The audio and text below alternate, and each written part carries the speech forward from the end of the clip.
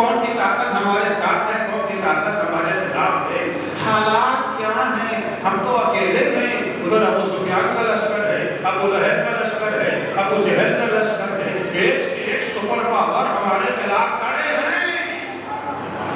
پیغمبر نے کہا ہمیں کسی سپر پاور کی پرواہ نہیں ہے، ایک ہی سپر پاور ہے ہمارے خلاف ہے، جس کا نام اللہ.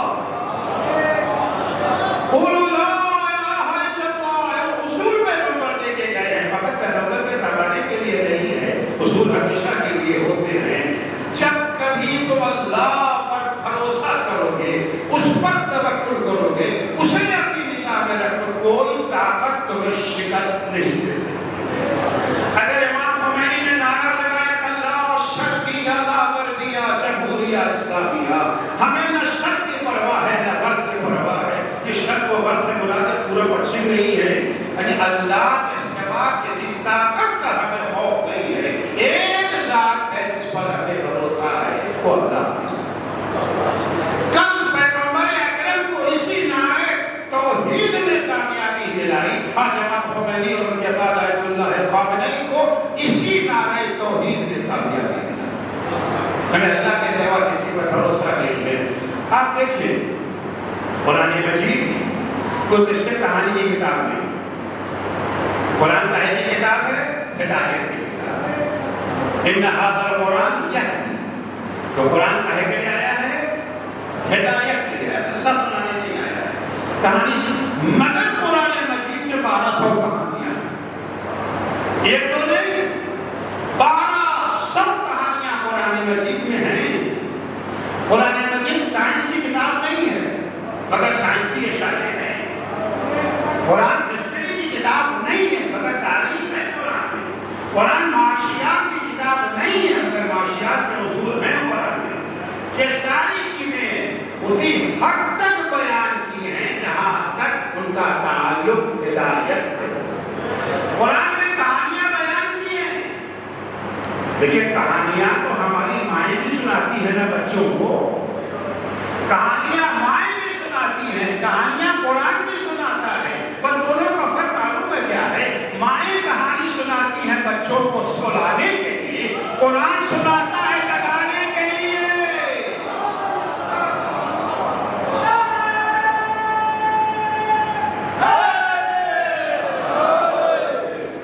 قرآن جگانے کے لیے سناتا ہے، سلانے کے لیے نہیں. اگر قرآن سنا رہا ہے کہانی تو عبرت ہے، سبق لینا ہے کہ ہم بھی اسی کو اپنے ہاں مشعل راہ بنا کر کے ویسے ہی کامیابی اور شکست کا منتر ہم بھی دیکھ سکتے ہیں. قرآن نے پیغمبر اکرم کی 2 جنگوں کا ذکر کیا ہے. 2 جنگوں کا پیغمبر اکرم نے پیغمبر 2 جنگوں کا قرآن نے ذکر کیا ہے. ایک جنگ بدر، دوسرے جنگ حنین. دونوں نتیجے، کیفیت، تعداد، قوت کے لحاظ سے مختلف ہیں. جنگ بدر کا عالم کیا ہے؟ جنگ بدر میں مسلمان فوجوں کی تعداد ہے 313 بس. مقابلوں میں کافر کتنے ہیں؟ 1000 سے زیادہ. مسلمانوں کے پاس صرف 4 تلواریں بس، صرف 4 تلوار. مقابل میں سب کے پاس تلواریں بھی ہیں، نیزے بھی ہیں، تیر و کمان بھی ہیں. مسلمان کی 4 تلوار ہیں. دامن میں ڈھیلے لے کر کے آئے تھے. تیر کا مقابلہ ڈھیلے سے کیا جائے گا، نیزے کا مقابلہ ڈنڈے سے کیا جائے گا، تلوار سے کیا جائے گا. 4 تلوار ہیں مسلمانوں کے پاس بس. سواری بھی 3 یا 4 گھوڑے. آپ جانتے ہیں کہ جنگ میں اس چیز کا اثر ہوتا ہے. ایک فوجی طاقت، آپ پیسے باہر کہتے ہیں، دوسرے اسلحے کیسے ہیں، تیسرے کنوینس اور رحم ہوتی. 3 چیزیں بہت اہم ہیں. جب کبھی کسی 2 ملک میں جنگ چھڑتی ہے تو ماہرین جنگ تجزیہ کرتے ہیں کون جیتے گا کون ہارے گا. انہی چیزوں کو دیکھتے ہیں نا. ابھی ہمارے ہندوستان اور پاکستان کے درمیان چھوٹی سی جنگ ہوئی، فوراً ٹی وی پر ہر طرف کون جیتے گا کون ہارے گا کیا گنا جاتا ہے. سپاہ کینٹ کتنے ہیں، فائٹر جہاز کتنے ہیں، سپاہی کتنے ہیں، تمام چیزیں اتنی گئی نا. جن کے پاس سپاہی زیادہ تھے، ٹینک زیادہ تھے، میزائلیں زیادہ تھی، فائٹر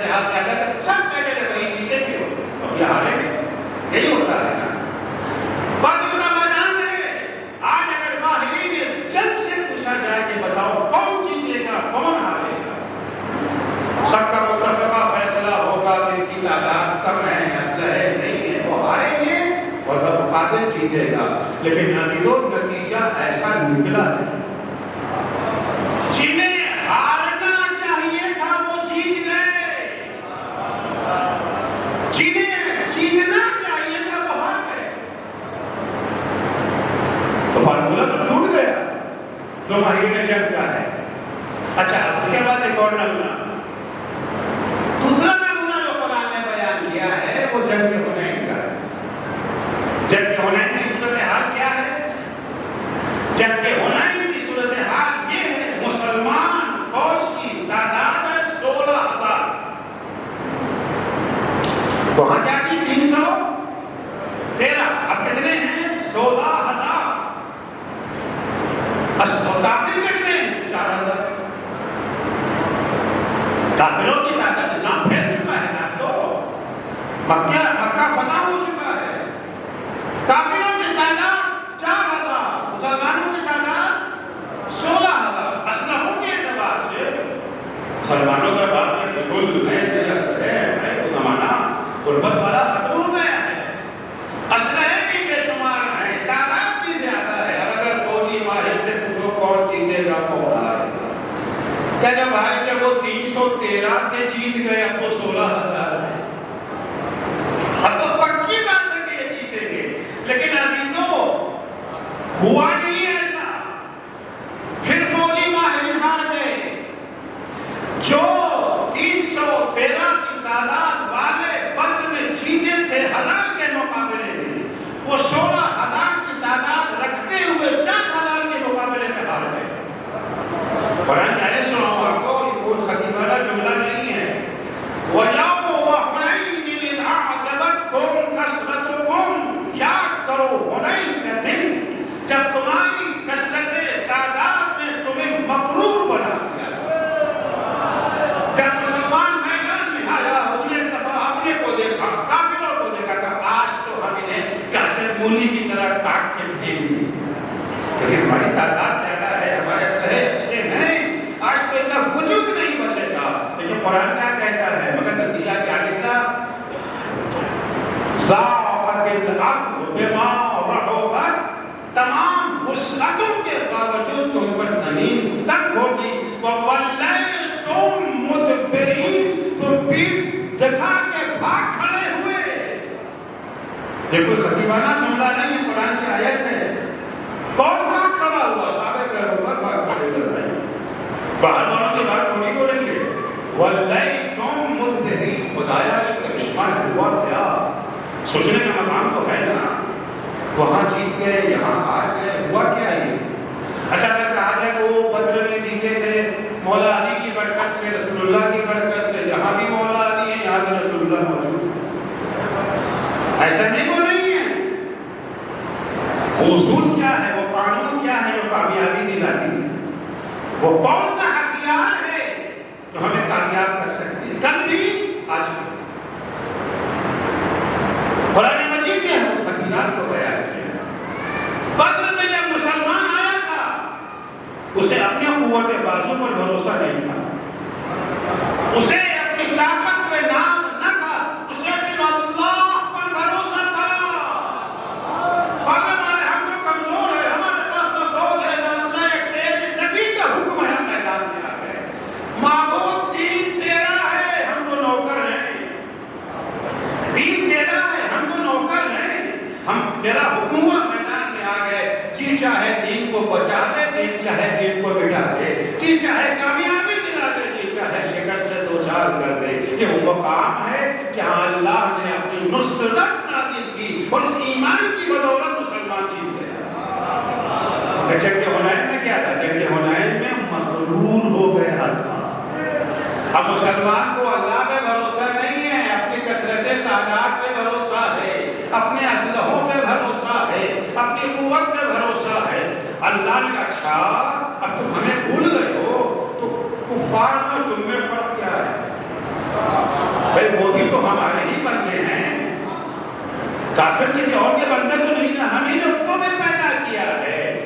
بدر میں فرق یہ تھا کہ تمہارے دل میں ہم موجود تھے، ان کے دل میں نہ تھے۔ حنین میں نہ تمہارے دل میں ہے نہ ان کے دل میں ہے۔ اب دونوں ہاتھ کر کے دیکھ لو،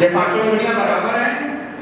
نہیں، ہر ایک کا اپنا ایک ایک کمال ہے، ایک ایک خصوصیت ہے، ہر ایک کو اپنے اوپر فخر ہے، اسے فخر ہے۔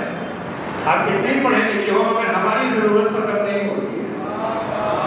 اب تو ٹیکنالوجی آگے بڑھی ہے نا، سائن بیکار اور کسی کا ہے، ویزا دینے جائیے تو آپ کو انگوٹھے کا نشان، بہت اہم ہے یہ تو۔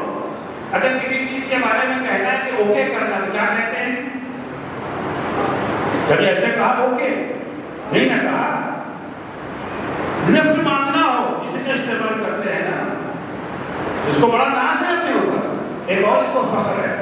ہم وہ ہیں، اگر ہمارا اجتماع ہم نہ ہوتے تو آپ کا گریبان کھلا رہے۔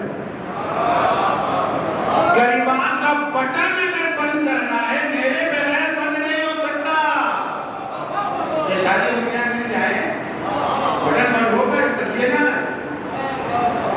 اس کو بہت گھمنڈ ہے نا اپنے اوپر۔ چلیے اس کے گھمنڈ کی باتیں سن لی، اب یہ کیا ہے؟ اس کی باتیں کیا ہے؟ میں کلمے کی انگلی ہوں۔ کسی بچے نے پوچھا بیٹا اللہ تو کیا کہتا ہے؟ یہ انگلی اٹھتی ہے نا، میں تو کلمے کی انگلی ہوں، میری تو بات چیت چلاتی ہے۔ اس کو بھی بہت فخر ہے اپنے اوپر، سب سے بڑے سب سے بڑے بڑے بھائی ہیں، بھائی بڑے بھائی کا احترام تو سب سے زیادہ ہوتا ہے نا، اسے بھی بڑا فخر ہے۔ انگوٹھی ہمارے یہاں سستی ہے، رنگ فنگر کہتے ہیں نا اس کو، انگوٹھی والی انگلی۔ اور اس کا ارے بھائی ہم تو گھر کے سب سے چھوٹے ہیں، سب سے چھوٹا سب سے پیارا، تو ہر انگلی کو اپنے اپنے اوپر ناز ہے۔ اگر یہ اپنے ذاتی مفاخر کو لیے ہوئے ایک دوسرے سے الگ رہے، دشمن کے مقابلے میں اکیلے اکیلے جائیں گے، سب ٹوٹ جائیں گے۔ لیکن جب یہ اپنے ذاتی مفاخر کو بھلا کر کے گلے مل جاتی ہیں اور گلے ملنے کے بعد مکے کی شکل اختیار کر لیتی ہیں، جو مقابلے میں آتا ہے اس کا منہ توڑ دیتی ہے، تو ٹوٹنے والی توڑنے والی بن جاتی ہے۔ ایک صلوات پڑھیں گے محمد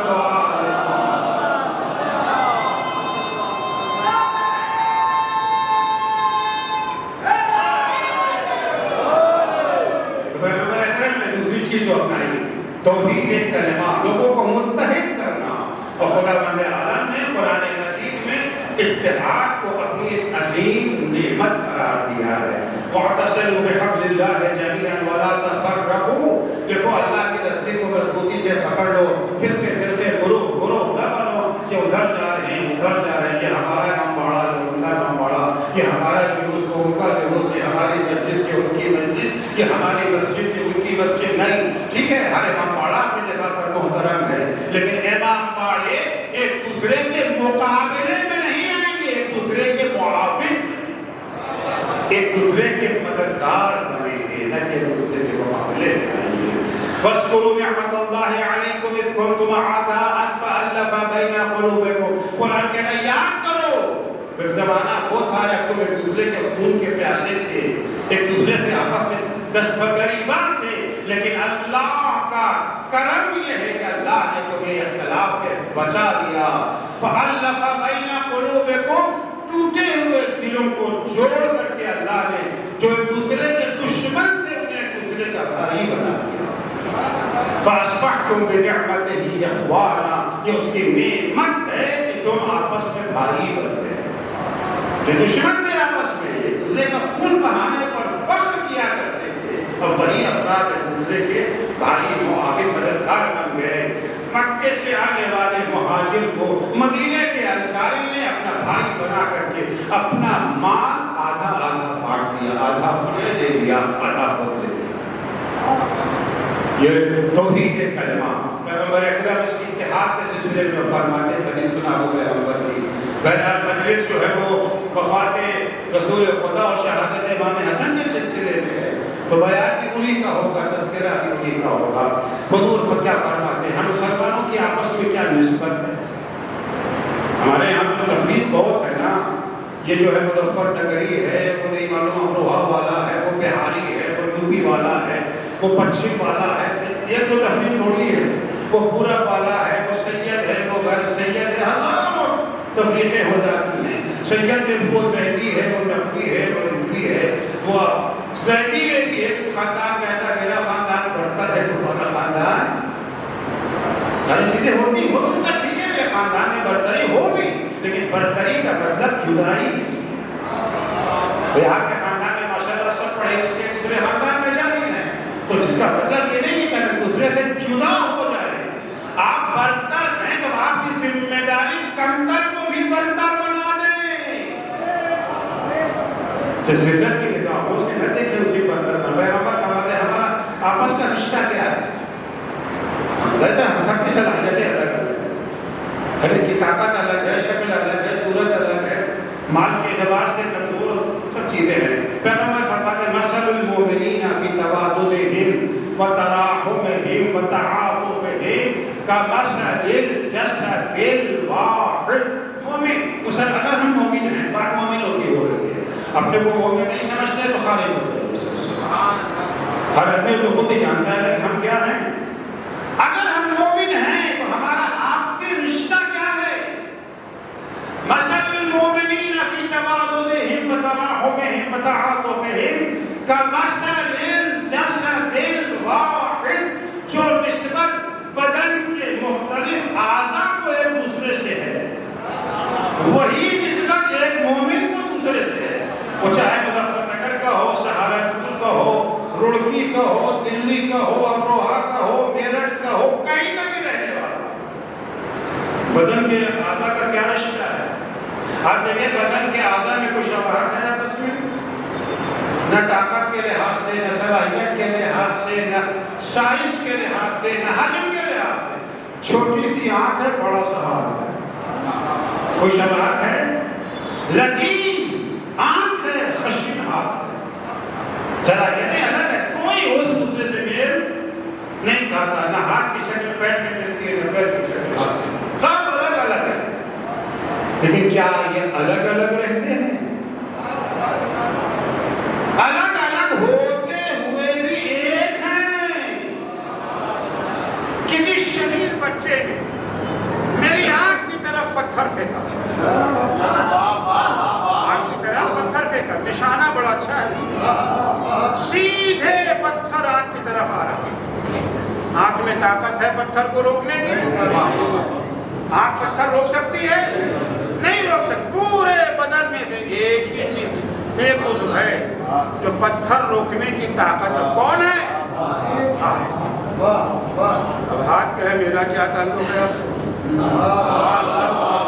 ہماری برادری کے ہو، ہماری برادری بھی تم سے الگ ہے، ہماری شکل بھی تم سے الگ ہے. ہم کیوں آگے بڑھے؟ خصوصاً یہ کہ آگے اگر بڑھیں گے تو ہم زخمی ہو سکتے ہیں. کبھی چھوٹی سی کنکری ہے، چوٹ تو پھر بھی لگے گی ہلکی، کبھی بڑا سا پتھر ممکن ہے کہ ہاتھ خود ٹوٹ جائے، اور یہ بھی ممکن ہے کہ آنکھ کو نہ بچا سکے. پتھر اتنا بڑا ہے، اس کو روکنے کی طاقت ہاتھ کے پاس بھی نہیں تھی. طاقت نہ ہونے کے باوجود ہاتھ آگے بڑھتا ہے. آج تک کبھی ایسا ہوا کہ ہاتھ کہے ہم سے کیا مطلب، ہم کیوں ان کے جائے اپنے کو کیوں پریشانی میں ڈالیں، اپنے کو مشکل آنکھ جانے پتھر جانے. آج تک ایسا نہیں. ہاتھ نہیں کہتا ہے آنکھ پہ ہے، گھبرانا نہیں. جب تک تمہارا یہ بھائی زندہ ہے ہم ٹوٹ جائیں گے، چکنا چور ہو جائیں گے، تمہارے اوپر آنچ نہیں آنے دیں. یہی کہتا ہے نا. اچھا ہم چلے جا رہے ہیں، آگے آگ ہے، کانٹا ہے، پتھر ہے، کیچڑ ہے. یہ خبر کسے ہے؟ آگ کو. اچھا اگر چلتے چلے گئے، کانٹا کسے چبھے گا؟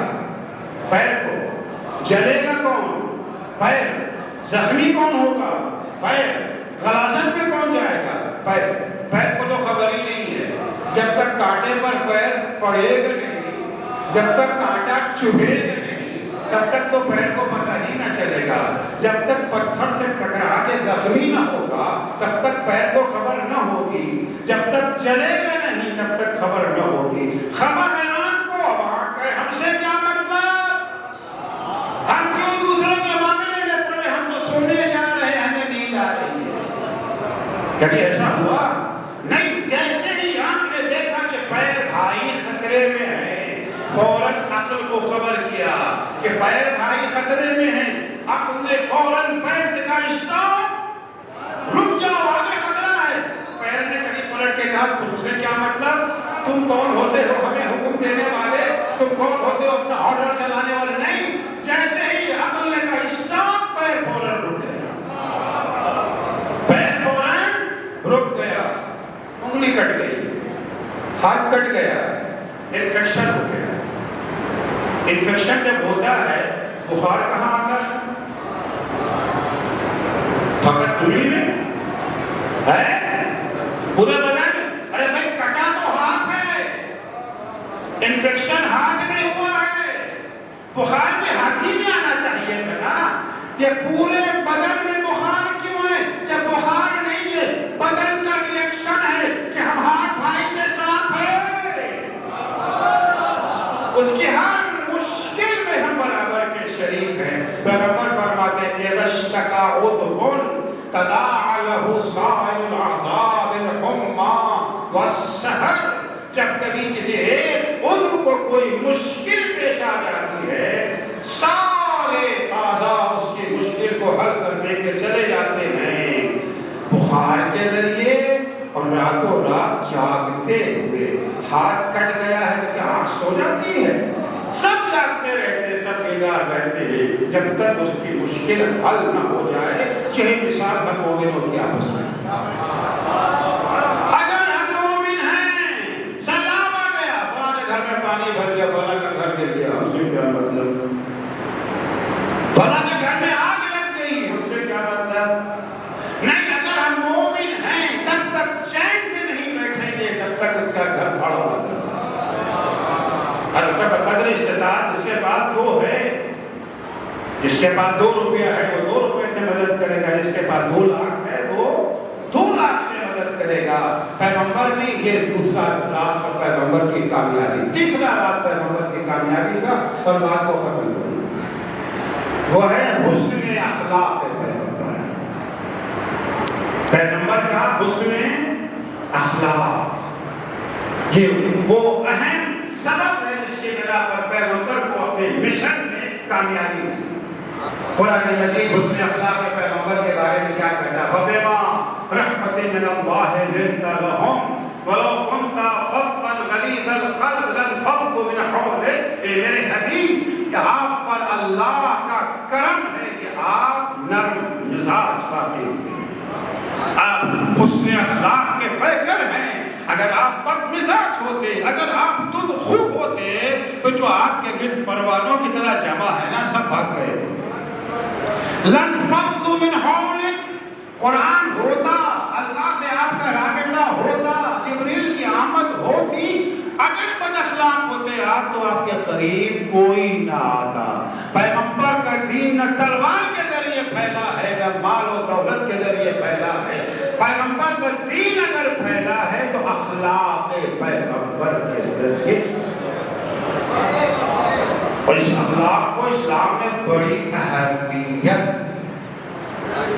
اخلاق کی حیثیت ثانوی حیثیت نہیں ہے، پرائمری حیثیت ہے، سیکنڈری نہیں ہے. حضور فرماتے ہیں میں تو اخلاقی پھیلانے کے لیے آیا ہوں. انی بعثت لأتمم مکارم الاخلاق. میں تو اخلاقی اقدار ہی کو پروان چڑھانے کے لیے آیا ہوں.